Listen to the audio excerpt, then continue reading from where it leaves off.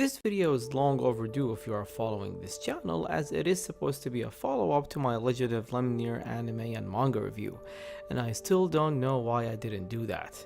I got Plastic Little during my college years, I think 2001, and the Laserdisc cover looks as mundane as you can get, so I remember watching this not knowing anything about it with zero expectations.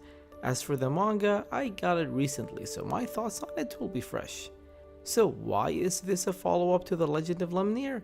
Well, the same minds behind the classic OVA and manga, yes it is a classic for me, worked on Plastic Little. So throughout the video we will see me make some comparisons. Plastic Little is an anime OVA released in 1994 and was made by the frequent collaborators Satoshi Urushihara and Kenji Yoshimoto, who both worked together on the Legend of Lemnear. The manga came out in the same year as the anime, and it was written by both of them and illustrated by Mr. Urushihara.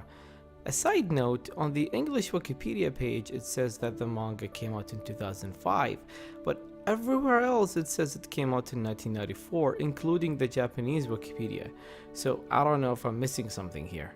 I talked about Satoshi Urushihara on my Lemnear video, so here is a quick recap. He is the master of fan service, especially for boobs. He is the creator of Plastic Little, The Legend of Lemnear, and the artist behind the fantastic JRPGs, Growlancer and the Langrisser video games. As for Kenji Yoshimoto, he is the animator and director for Urushihara's projects in his early career, and in recent years he is known as the director for the Queen's Blade anime series. So his fan service roots are still active and healthy. So, let's start with the anime.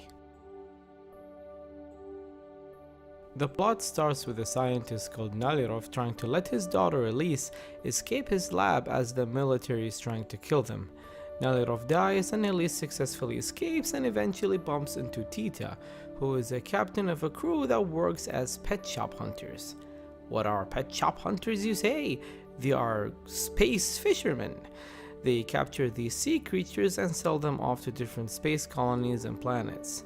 Anyway, Tita decides to help Elise escape the military, and the crew is now part of a conspiracy regarding the fate of the space colony they are currently in during the story. I love the opening scene. It is very similar to Legend of Lemnear's opening, where the villain of the story slaughters and butchers something precious to a character while that character manages to escape the massacre.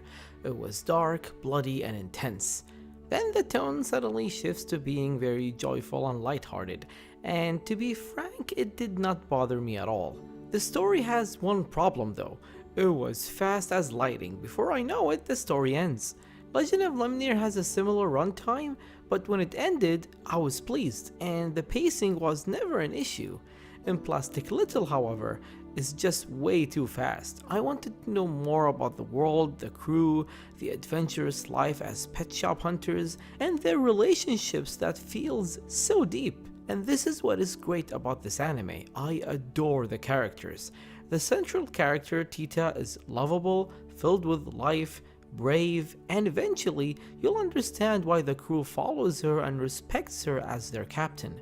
The crew members did their job as supporting characters to make Tita appear more important and unique. Mihail, Nicole, May, and Balboa are very entertaining. Oh, and Roger, who is the only character that is not important at all, and it's not even debatable. The creators are self-aware of it. I'll get into that in the manga. As for Elise, the other main character, she's okay but not as memorable as Tita at all. She's a plot device, nothing more. What about the villain Geisel? He is a conventional villain by being intimidating and hateful, but sadly his final confrontation was lackluster and very disappointing. It ended fast just like the anime, and thus a real final battle is not present, and that is a huge no for me. Like the Legend of Lemnear, I love Urushihara's designs. Everything looks colorful and glossy, his unique touch never fails, and his signature boob fanservice is in full force here.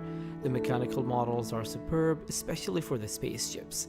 It is an excellent looking anime, and the same thing goes for the animation, which is the most significant positive. It is very fluid with appealing action sequences, especially the final space battle. I couldn't find a single bad animated scene. The level of polish is perfect in this anime. Now for the manga. I love it. It is not an expansion of the anime's plot like the Legend of Lemnear's manga. It is a standalone story that concentrates on the crew members, with each chapter focusing on one except for Roger. It addresses almost all of my complaints as it shows more of everything. The characters' backstories, more about their life as pet shop hunters, making you feel attached to their bond and why they love each other so much. As for Roger, there is a scene in the manga where he complains why he is barely in the manga and how he was underrepresented in the OVA. It is a funny fourth wall breaking because that bothered me for years. Urushihara's art is obviously impressive here, and it is where his talent shines, and of course, the breast fan service is there with magical attention to detail. So reading the manga immediately after the anime will make the overall experience for both feel more fleshed out.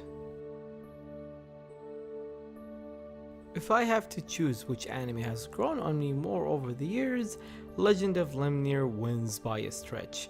But that doesn't imply that I don't like Plastic Little. It is a fun, quick watch, and it can be more enjoyable with reading the manga as it is a good companion for the story. The way I see it, it is a futuristic sci-fi version of the Legend of Lemnear. This is the best compliment I can give.